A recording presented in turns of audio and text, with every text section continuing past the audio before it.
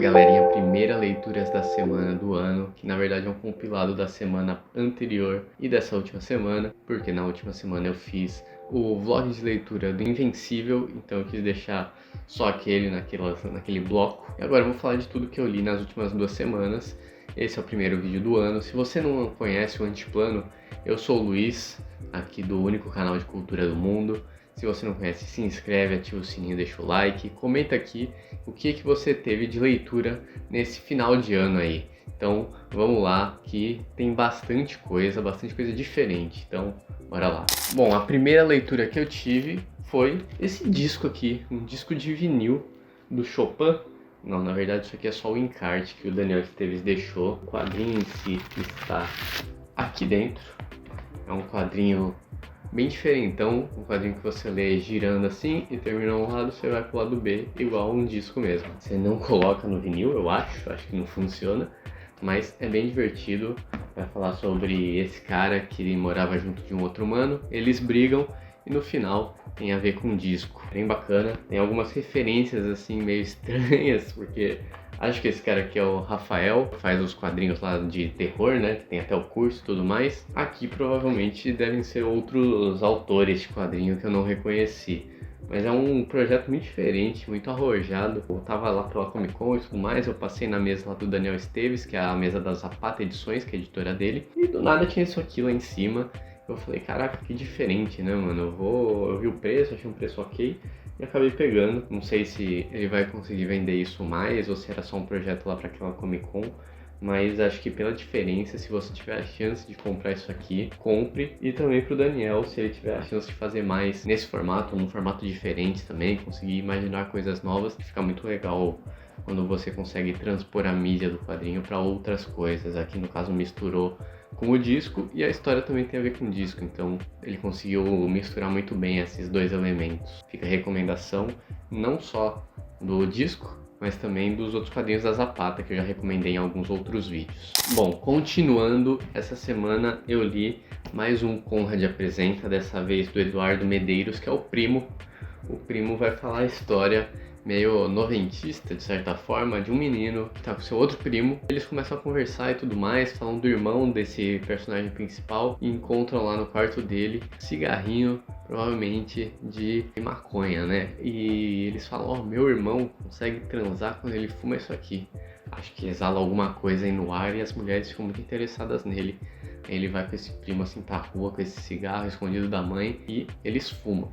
Enquanto isso, a mãe tá conversando com a irmã, eu acho, né? E começa a ter um papo muito de adulto, assim, do pai se pata traindo, o pai se pai gay, não sei o que lá. Enquanto isso, as duas crianças estão lá querendo fumar e esperando que do nada elas arranjem alguém pra transar. E quando volta, acontece um negócio aí meio impactante. Mesmo sendo ele curtinho, ele consegue trazer alguns temas muito legais e tratar as coisas de uma forma bem leve, por ser essa visão dessas crianças. Fica a recomendação do Primo, do Conrad Apresenta, fica a recomendação do selo como um todo do Conrad Apresenta, que é esse selo mais baixo custo, mais baratinho pra gente, né?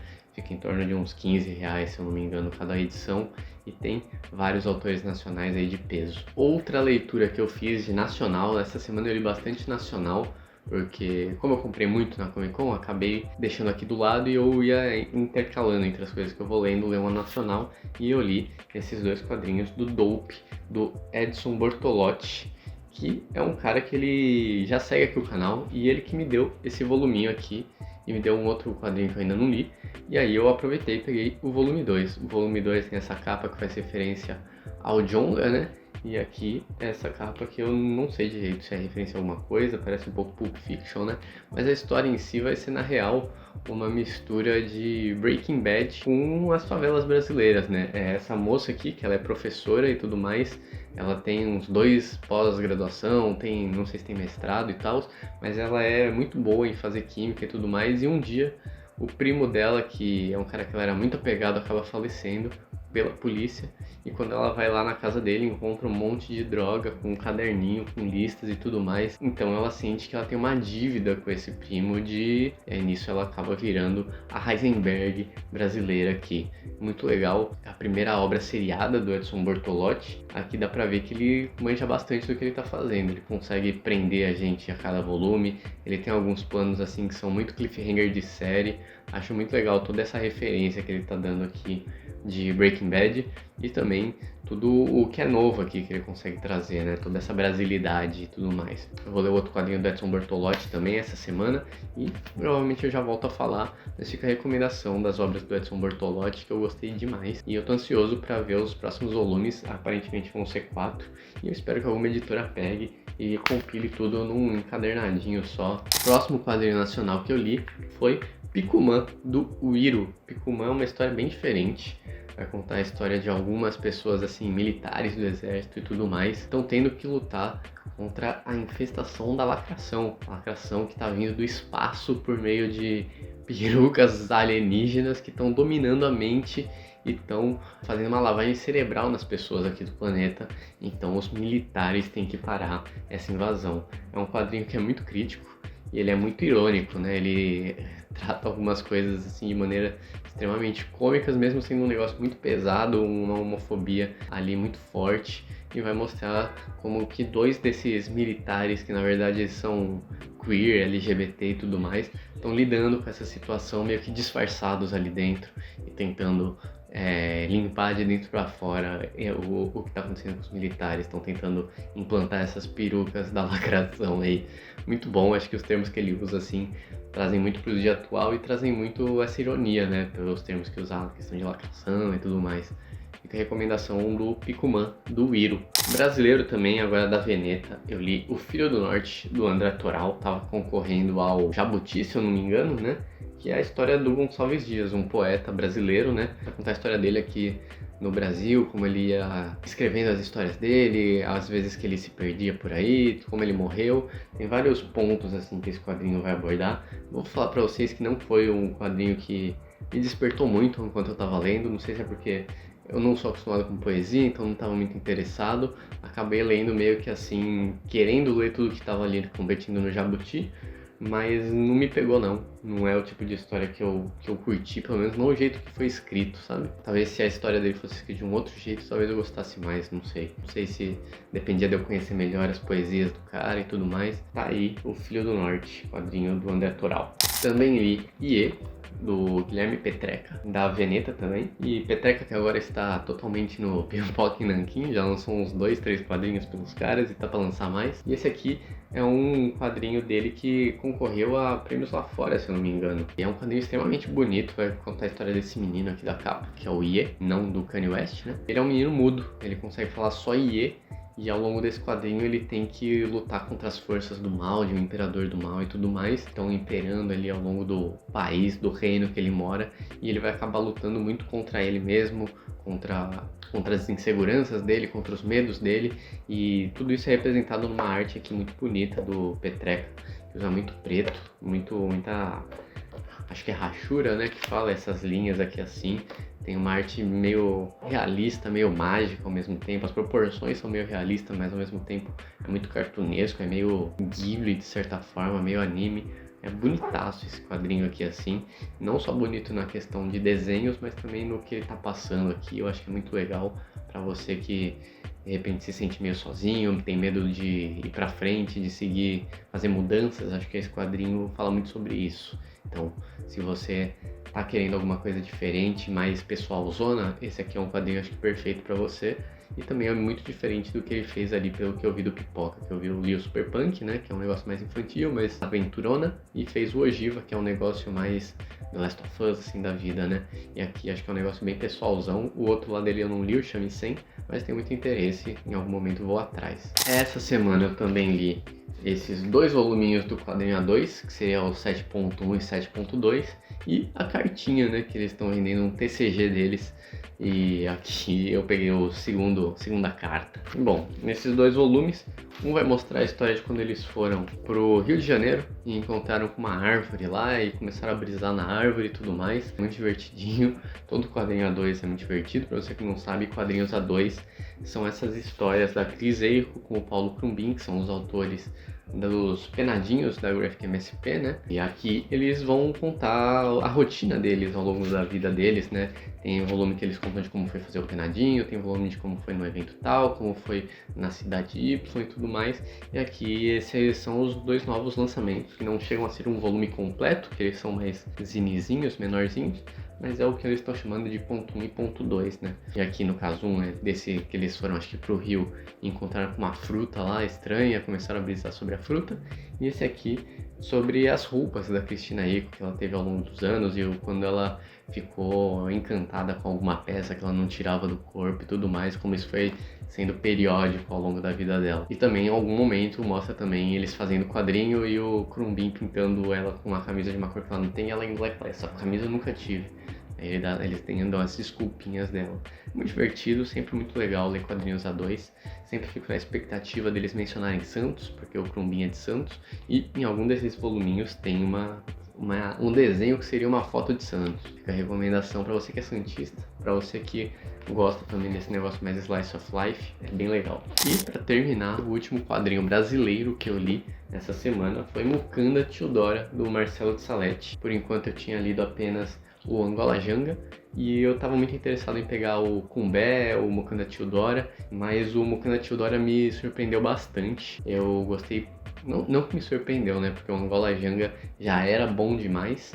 E o Mukanda Teodora eu acho que é até um passo diferente que ele tá dando aqui.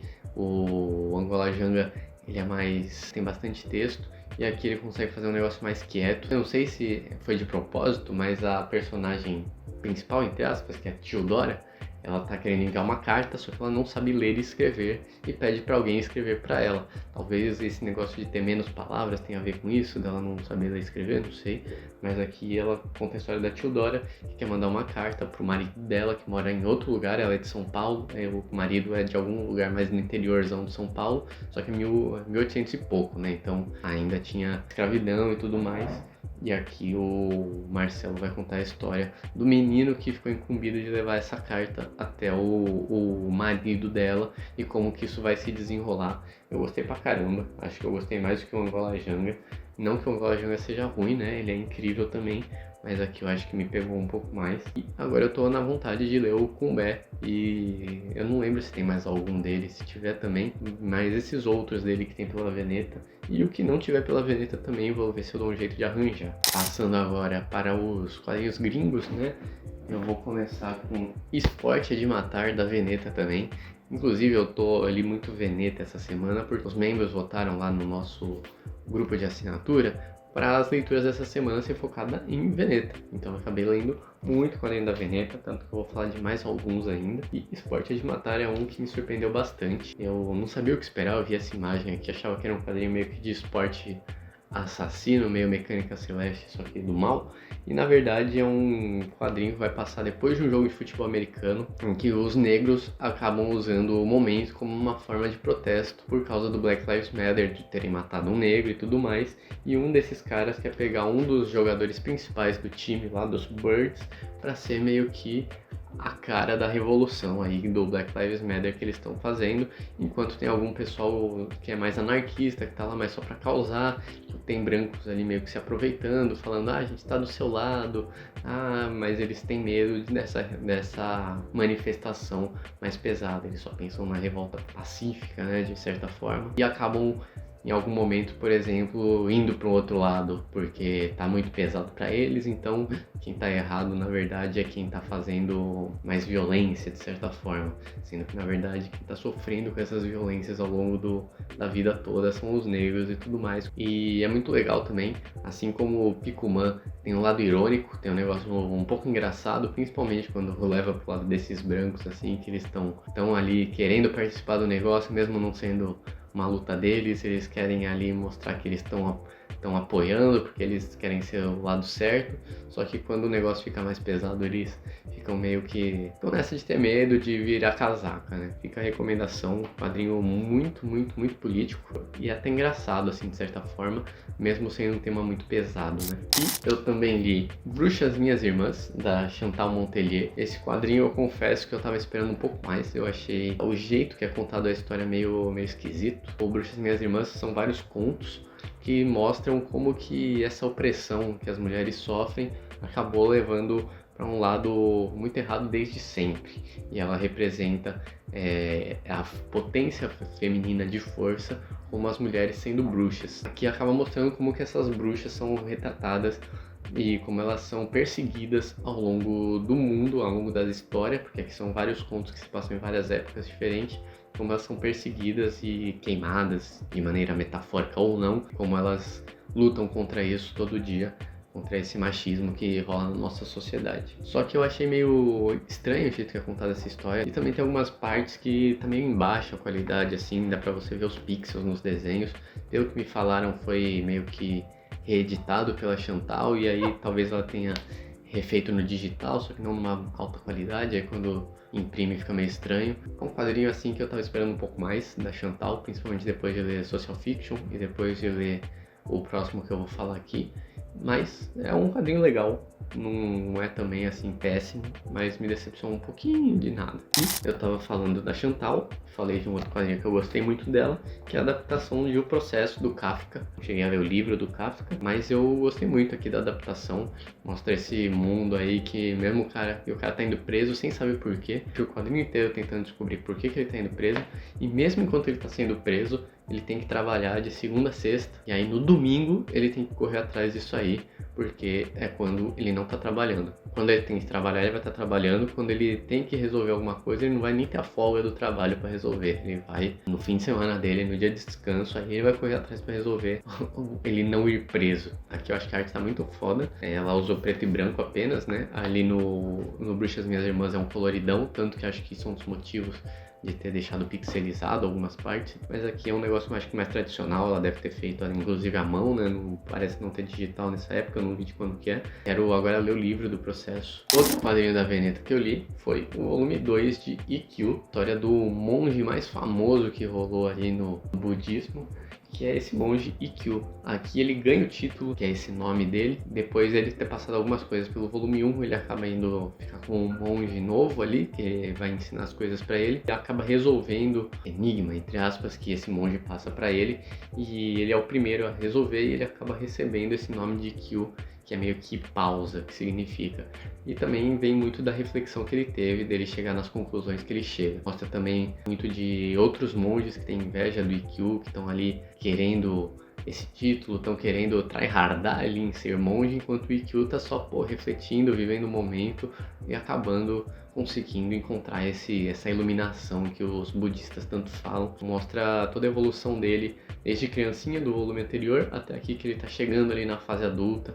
Mostra os pensamentos que ele vai tendo sobre mulheres também ao longo do quadrinho, vai mostrando todo o desespero que ele tem de ficar pensando muito, né? Que ele é uma pessoa meio ansiosa, né? Fica pensando, matutando, quem sou eu, o que eu tô fazendo, pra que eu vim pra cá e tudo mais. E eu gostei demais, tô gostando muito de Ikkyu, quero pegar logo o volume 3 e já o 4 e pegar depois pra reler tudo de uma vez, porque eu acho que vai ser uma leitura engrandecedora. Fica a recomendação, acho que é um dos melhores mangás que tá saindo atualmente. Se você não tá pegando, tá marcando toca. E pra terminar, um recebidos da Comic Zone foram o volume 2 e 3 de Ian.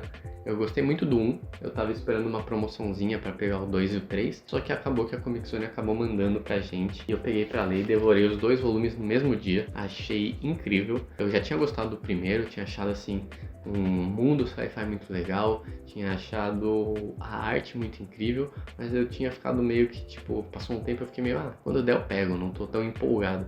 Mas depois que eu li o volume 2 eu fiquei, cara, não posso parar agora. Eu peguei e já li o 3 e continua incrível. Eu acho que toda a resolução é redondinho, tudo que eles trazem assim pro mundo, toda a questão da Ian Chehua, o manhua, que é taiwanês, Então é um pouco diferente do que a gente está acostumado de mangá, mas ao mesmo tempo também tem toda essa dinâmica, um negócio mais dinâmico, mais rapidão de você ler. E pô, pra mim tá pronto pra ser um filme. É um quadrinho que vai contar a história da Yan, que era uma dessas dançarinas de teatro e tudo mais, que acaba tendo a família morta, ela acaba indo meio que presa, aí rola uma explosão no lugar, ela acaba conseguindo fugir, jura vingança em nome da família dela, atrás de uma grande corporação que provavelmente está por trás disso. É um negócio meio Final Fantasy, meio Bayonetta, meio um design meio Evanescence, tem muita coisa assim, meio Matrix, tem muita coisa assim do sci-fi que a gente vê por aí assim, trazido para essa estética. E também tem um pouco de 20th Century Boys em algum momento ali por causa de um robô, muito legal. Fica a recomendação de Yan, acho que é um dos melhores mangás também junto do Ikkyu que tá saindo atualmente e é fechado em 3 volumes, né? Tem um final meio aberto, que eu espero que continue em algum momento, porque eu gostei muito desse universo e desses personagens. Bom, foi esse o vídeo, teve muitas leituras, né? E é isso, queria pedir, se você não é inscrito aqui no canal, se inscrever, deixar o like, ativar o sininho e vamos lá, que acaba de começar o ano, vai ter muito mais vídeo, muito mais leituras da semana, muito mais vídeos com o Henrico e valeu!